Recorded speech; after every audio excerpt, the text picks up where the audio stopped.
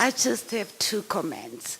One of them is that, some time ago, maybe 3 years ago at a function, I shared a small poem with Bongi, which was actually for Dr. Kani.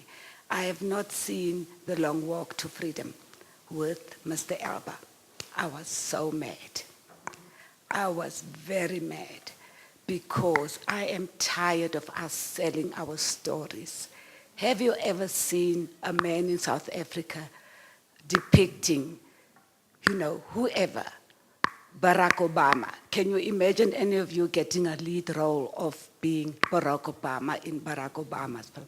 So these are the things that get me mad. And the other day when we were speaking about Winnie Mandela's 80th birthday in the newspaper, there was a small article, and they were listing all the actresses who have featured as Winnie Mandela. And I read, one South African, why are we selling our stories? Because nobody can tell our stories the way we do.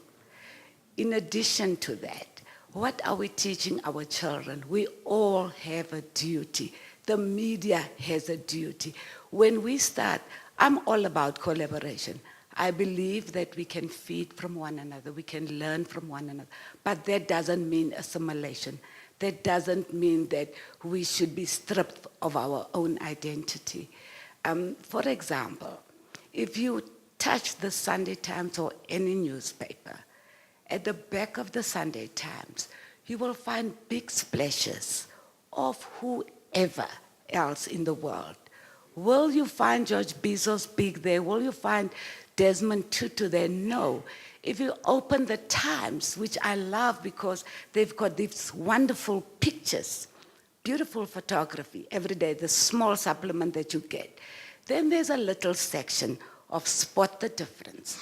And guess who they feed our children there?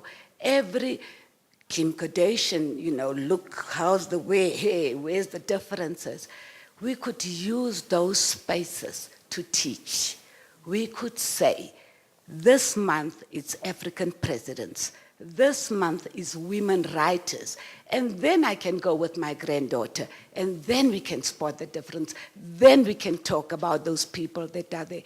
So what I'm asking to us collectively, people who've got the voice of the people, let's be careful about what we put out there. And let's be careful of what we sell and when we sell it, because it's very expensive to get it back.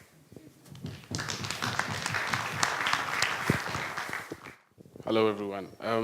Thank you very much for the talk and the remarks by each of our panelists tonight. Really appreciate it.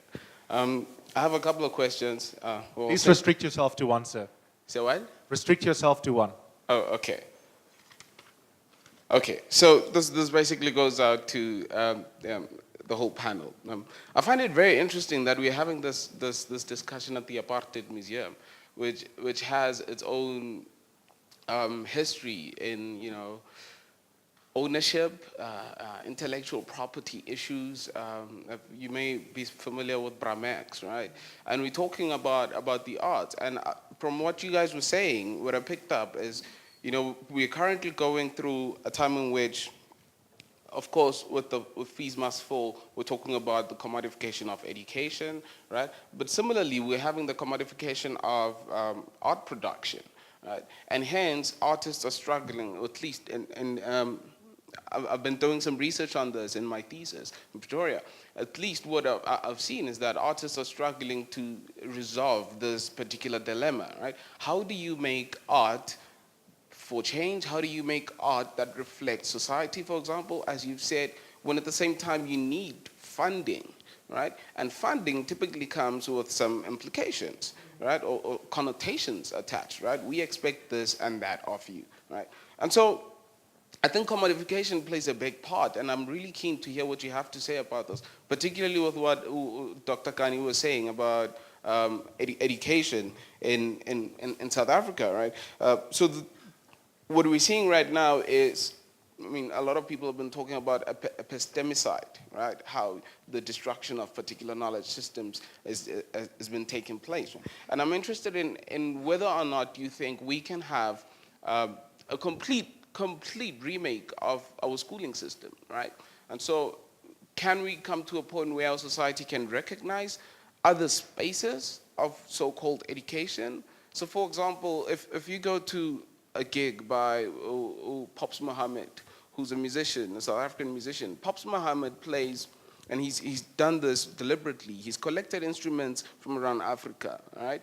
And at a Pops Muhammad gig, he'll take some time to interact with the audience and explain what the kora is, and explain what the mbira is, and explain how the Shona came up with a diatonic scale before Westerners would even conceive of this. So I'm really interested in your take on alternative spaces of education, as much as we have alternative spaces of art, say in Johannesburg, for example. Thank you. I work at the Apartheid Museum, and I'm very privileged and very amazed at the wonderful discussion that we've had this evening. It's been a real pleasure to hear from all of you. And I must say that I am very grateful to have worked with Ishmael and with Bongi and John Carney as our chair. But I do want to pose a challenge to all of you, and I hope that this will mean that we'll work with Sylvia as well in future. And that is that we get lots of praise. As you've heard, we've just been voted the best museum on the African continent, and we're very pleased about that. But we also get criticism, and particularly criticism around omissions and perspectives and so on that are presented in the museum. And we also welcome those, because that's a very important part of what keeps this museum alive and improving. Having said that, there are three areas that we know, are glaringly sort of, weak in our museum. One is that we have very little on the role of the churches in the struggle. We have very little on the role of the trade union movement in the struggle, and we have very little on the role of arts and culture in the struggle. We just very recently have had somebody from the public complaining in writing about the fact that the role of the churches is not dealt with adequately. We have had several comments from the public and from people that we've collaborated with on the role of the trade unions. We have not had any formal thing from the role on the role of the arts and culture in the struggle. Nobody has actually approached us, has come and said, this is not good enough. There's a huge amount that needs to be told here that isn't told. Not even the chair of our board. So I want to put a challenge to all of you that we would welcome some kind of collaboration with all four of you and with, the community more broadly, to make sure that our efforts to raise funds to do something substantial on the role of the arts and culture in the struggle, and not just historically, even right into the present, as Bongi pointed out, happens in this institution as an alternative site of education, and happens in a multimedia interactive way in our new multi-purpose space. And I don't think that there's any good reason why we can't make this happen. Okay. And I would like to really put that as a challenge to yourselves and to us, that we make sure that this happens within the next 2 or 3 years. Okay, thank you. Sorry, no, that lady in front. Lady, there's clearly a need for a TRC about the Apartheid Museum. Maybe that should be the next topic.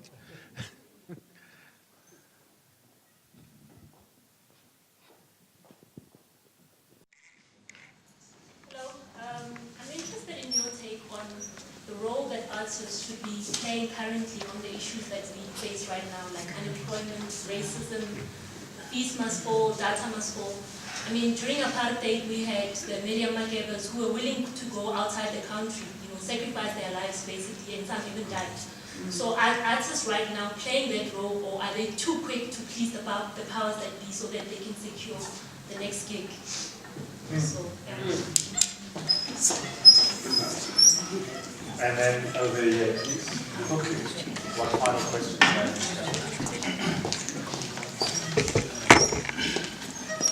Difficult questions are always the last one. Always. I'll be quick. Also touching back on the space and how arts occupy the spaces.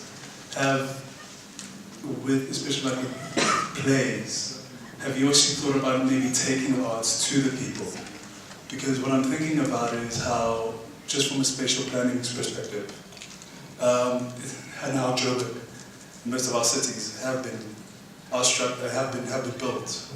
It's a matter not only just on a transport getting to places, but also from a socio-economic class perspective, where even when you do have your plays, you usually have your plays in the evenings, and in that in themselves becomes really hard even for the youth to gain access, especially if they're poor. So have you thought even like institutions like this, like the Apartheid Museum, thought of actually not just bringing kids here at night, but actually having some of their programs go there into those communities to actually foster a culture of art. And then secondly, just quickly, since we're on this Fees Must Fall movement discussion, is there a play in the pipeline soon? I mean, how can I not say? How can I not get a question from I'm about to be 89 years of age.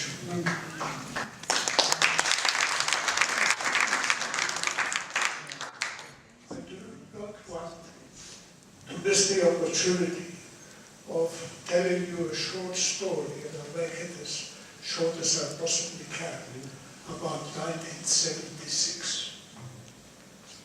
125 students from a school in Soweto were arrested at the Johannesburg Library because they came in small groups in order to prove that if they demonstrated in Soweto, they got shot. Therefore, they came in small groups to the library. They were attacked by the South African police force, and 125 of them were arrested. They were taken away from Soweto, or even Johannesburg, to Boksburg jail. An attorney chose to brief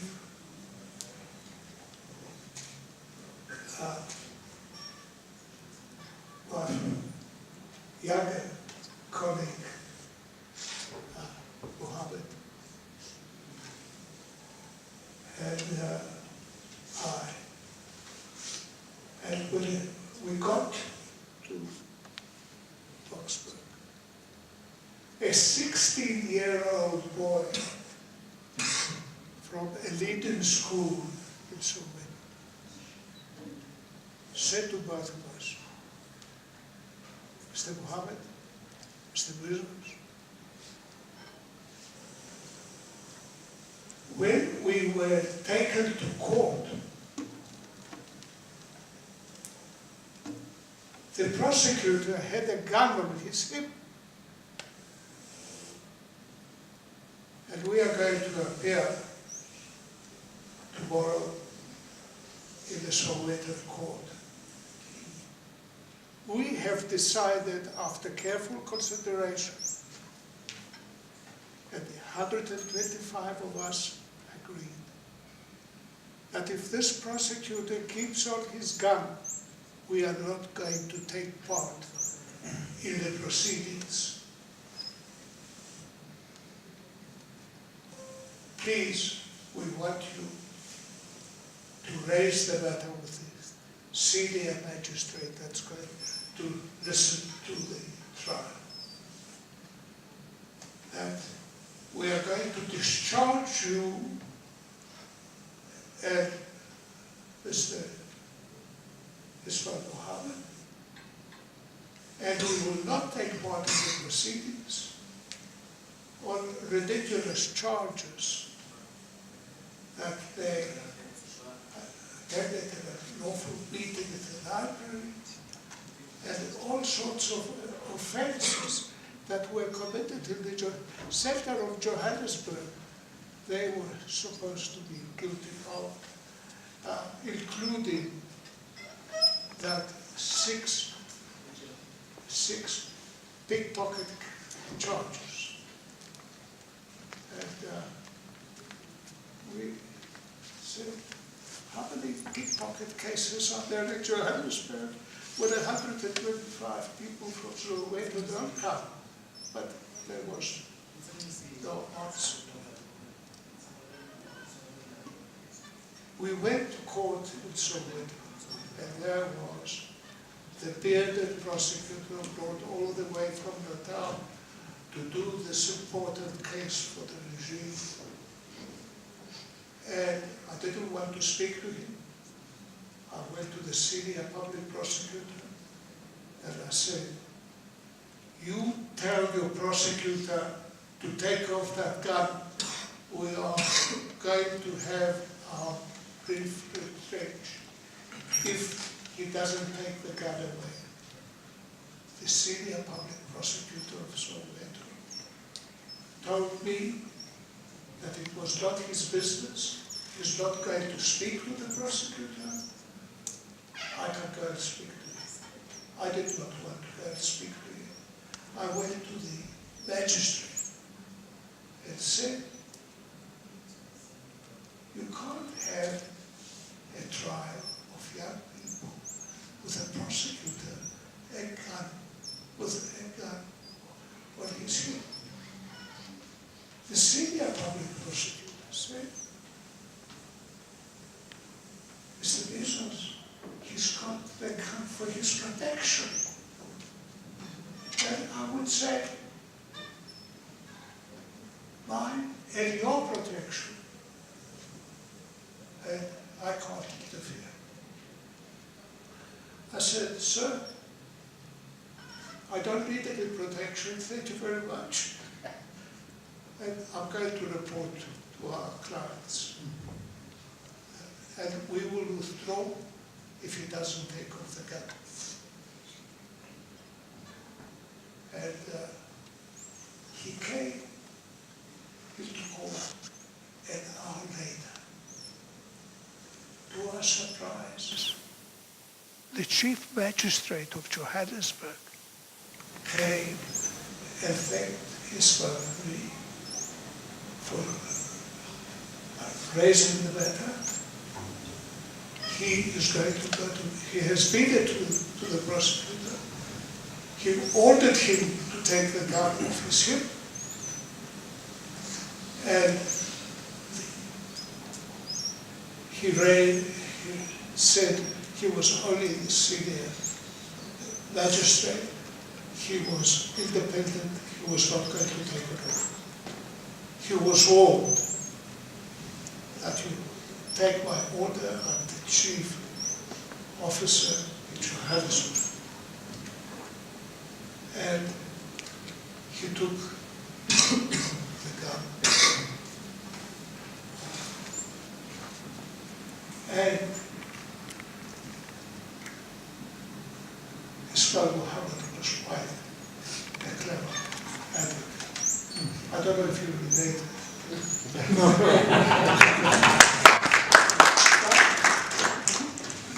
I continued talking to the people about the trial that we now have.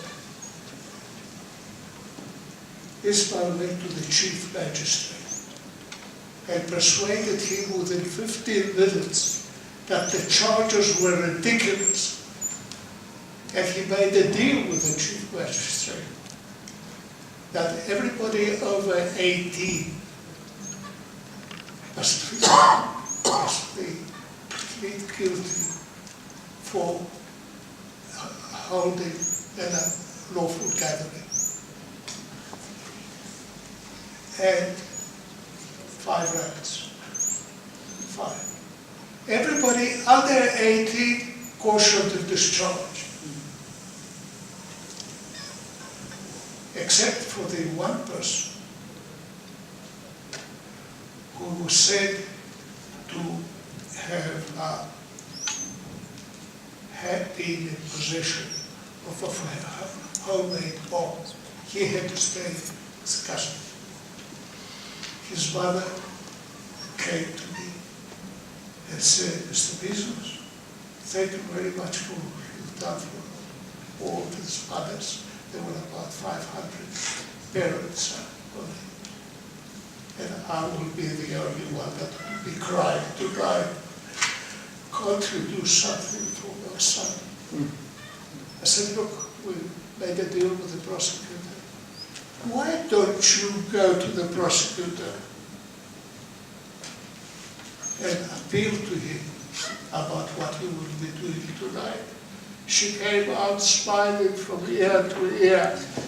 The prosecutor said, okay, because of the seriousness of his offense, 50 rands fine. The attorney immediately paid. And why do I tell you this story? Well, because I believe this old man would tell our government and our police force that guns do not solve problems. They create worse problems. And I hope that if we agree with that proposition, we should make it publicly known. Thank you.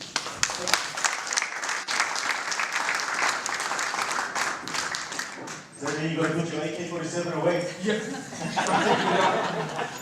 Okay, so I'm going to ask our panelists to restrict themselves to 1 minute to a maximum. You don't have to respond to all the remarks. And you were talking about at the STEM side. There's also equality in this room, despite us being present here. So these are not gurus up here. I think we've had a conversation. So I'm going to allow my panelists to not speak if they don't want to. And if they choose to use that minute, so no pressure to pass it on. If you want to use the minute, that's fine. But can't you restrict yourself to 1 minute? We'll start in reverse order this time. So we're going to start with Dr. Khan. I'm going to deal with these spaces, and I'm good with theater. The problem with this industry, it starts in a small space as me trying to express and deal with my needs. And as someone standing behind me who commodifies it, who sees this as a commercial possibility, and take this project and put it in a formal space. From there, there's someone who's standing behind who has no love, no idea, no interest in the arts, but sees it as a commercial viable thing, that I can make money with this. By the time you are caught up with the above titled nonsense, that now you are a known star, a known actor, doing that, you have moved so far from where you began. And your English is different. It starts with, you don't understand. So you ask, why then do artists at a certain point have no money? And why do artists no longer go back to where we started? I played Tembisa, I played every township in Gauteng, Transvaal, in the Eastern Cape, all over, with ending up in police stations every night and be released the following day. It got to a point when people complained that I was detained. The security police said he wasn't detained, he was held overnight. But the point is, once we accepted this new order, which was called democracy, and we had a beautiful president called Nelson Mandela, who was our childhood and spiritual and everything, we let him, or we assumed, he solved all our problems. We relaxed for 10 years, assuming the problems are solved. We celebrated 20 years, assuming the problems have been dealt with. Now we find out that actually nothing was done. we relegated our responsibility that we had as activists before to a group of people I've never heard of before, who called councillors and cabinet ministers. And we gave them that. We relegated our art as an industry to commercial producers who see how do I get out of this and make money. And they use us as products and they sell us. So I go back again to the same answer. It's about time we take back. The Americans realized that the black child does not know who he is and decided to legislate the Black History Month. On that month, every child, everywhere in the length and breadth of that country will know about the heroes who made America what it is. We don't have that. We have a Women's Day, it's about the march and the political speeches and rallying. We have the youth, June the 16th, is about 1976, not the young people there who wants to know, what am I going to be when I finish grade 12? How am I going to go to university? How am I going to afford the books and all? We take the 21st of March, we make it the Sharpeville. Yes, there was Sharpeville.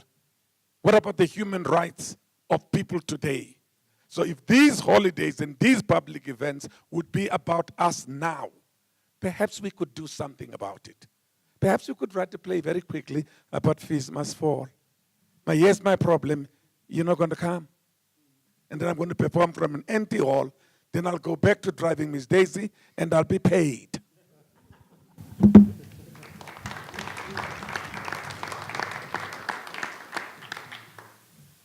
Emilia, the role of the churches, trade unions, and arts and culture as an exhibition is very challenging, but it's doable with taking not just these 5 people sitting here, but taking individual stories of individuals out there and bringing them, because maybe there is a person who saw an artwork that, actually there was a trade unionist in KZN that saw a print that I had made on, it was socio-political, and it was in a magazine, and they lifted it off the magazine and printed T-shirts with it. So I was driving and I'm seeing my artwork coming towards me, and I don't actually understand how it got to this guy's chest.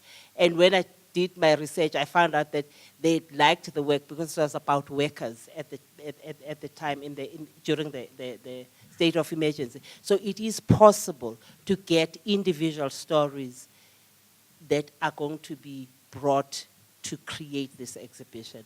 The role of the churches in every rally in the late 70s and the 80s, it's just a challenge for those who have Bibles to read Lamentations 5. It was almost like an opening of every rally or a closing of every rally. I'm not saying that's the role of the churches, but I'm saying this is how we got the struggle, the participation of the churches in the struggle, where individuals, they were human beings. We had people, all the reverends or the deans and the bishops were part of the struggle. So again, the stories will come from individuals, from churches. St. Thomas Church in Durban was the most important, the Diaconia Center in Durban. So all of them, as I said earlier, they were part of the whole. They weren't individual building blocks. They were all part of this one. As the wall was going up, there was the church, there was the schools, there was the women's the co-ops. It was all, then there were the artists. The artists were the mortar, and the other people were the blocks. So it's possible, it's doable. The question about what the artists are doing, what sacrifices, I think sitting here is a huge sacrifice in imparting what we have done. Unfortunately, it doesn't require us now to go to exile, like Brahu, but like all the artists that went into exile. But I think the aggression, I'm not meaning the aggression in the same way as, I'm saying the aggression in how we present ourselves as artists and the receivers of what we do. We will find a way of helping even the issues of data must fall. We'll print we'll make data, we'll print it for you. No, but it's possible. All I'm saying is that really it's moving together in every single thing that we do. It's receiving, us giving, artists giving, and the society, because we all are, what are the spokes in the big wheel of life. And until we see ourselves as that, things will fall. Every. Thank you, Bongi. Ismail, 45 seconds.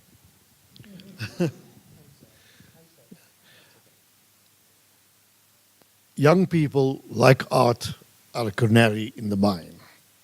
You sensitize us, you alert us to risk, you alert us to dangers. Around the issues of access, I don't think it's always about bringing people to the theatre or bringing education to theatre. Sometimes it's about legitimizing spaces that already exist. It's about legitimizing voices that already exist. And there's a lot of that is already happening in all our spaces. And then just a message that I think we all need to take, or before we get to that, is that I also think we need to address the issue of development for young people very, very seriously, because development in the arts for young people has become a tick box exercise. It's been about how many people we can get into our venues so that we satisfy funders. And I was quite pleased this evening when I heard about a teacher who's been back, because that's not just the old style development of we've had numbers, but it's about audience retention. And I think we need to change that narrative from audience development to audience retention. And then lastly, is that for me, art is like toothpaste. And that's the message we need to take to politicians. That if you can't get it in your mouth, shut up. Art halitosis must fall. Thank you, Ishmael. Well said. I just want to pick up very briefly on the point of exclusivity and access. Underneath that, there's a subtext about some flow of opportunity and artistry to central points, urban areas, mainstream venues. I come from a background where we grew up with amazing artistry, variety concerts in the local town halls, and the book I've written has also been produced and adapted as a dance drama. The dancers, world class, came from OKIP. I doubt whether everybody here even knows where OKIP is. And when I look at the real dancers who went to Los Angeles to win the gold medals and at the World Performing Arts event, they didn't have any funding to go and do that. My own business is a cross-platform storytelling business. We do multimedia, and this doesn't pay the rent, but I produce television stories that does pay the rent so that I can sit for months and write a book.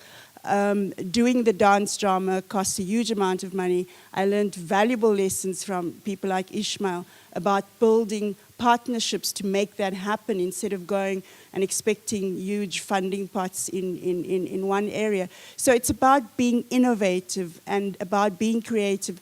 And we use the phrase commodity artistry as if it's somehow a swear word. Of course there's commodity arts, and I sell it all the time so that I can write plays and sit and write books and have that luxury. You've got to cross-subsidize the things that you're doing. You've got to create fantastic business models that can make sure that the fine artistry, the stories that have to be heard, the compelling stories, get put out there. But it's like the poem that Langston Hughes has written about who is going to tell the backstory. The sister here was talking about other people telling our stories. And I'm not going to recite the whole poem, but his last line is very important. He says, I guess it will be me. Each and every one of us is responsible for writing and making compelling, beautiful, world-class stories about our own stories. Otherwise, other people are going to do it. Thank you. I'm not going to summate the evening. I mean, there's an irreducible complexity about the conversation that we've had. If anyone wasn't here, well, tough luck to them. They're going to have to suffer FOMO. Because I think there are strands to this conversation that have been incredibly beautiful. The economics of the arts, the role of art and artists, the ahistoricism of some of our contemporary debate, and many other themes. And I want us to first and foremost put our hands again together and thank our wonderful panelists for their contributions.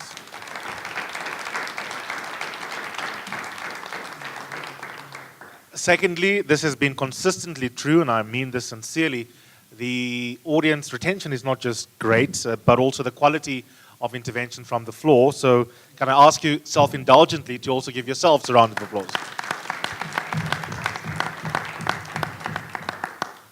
And last but not least, I'd like to thank the Apartheid Museum, the staff, and Wadey in particular for her leadership in putting together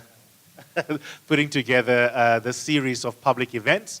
And of course, how we frame these events, where we have them, all of these things are up for critical debate as well. But I do think that, that notwithstanding, there isn't really enough opportunity for us to engage critically and listen closely and actively to one another. Sometimes as South Africans, we have a lot of volume of conversation, but not a lot of close, active listening to one another. And I think we've created something special in this particular space. Can we please thank the Apartheid Museum and Wade in particular. That's it from our side. Please tell your friends and enemies how much you've enjoyed the evening so that we can have even a better turnout for our next event. Travel back safely to wherever you came from in this divided city. And there may or may not be anything left out in the foyer area as you leave. Thank you and good evening.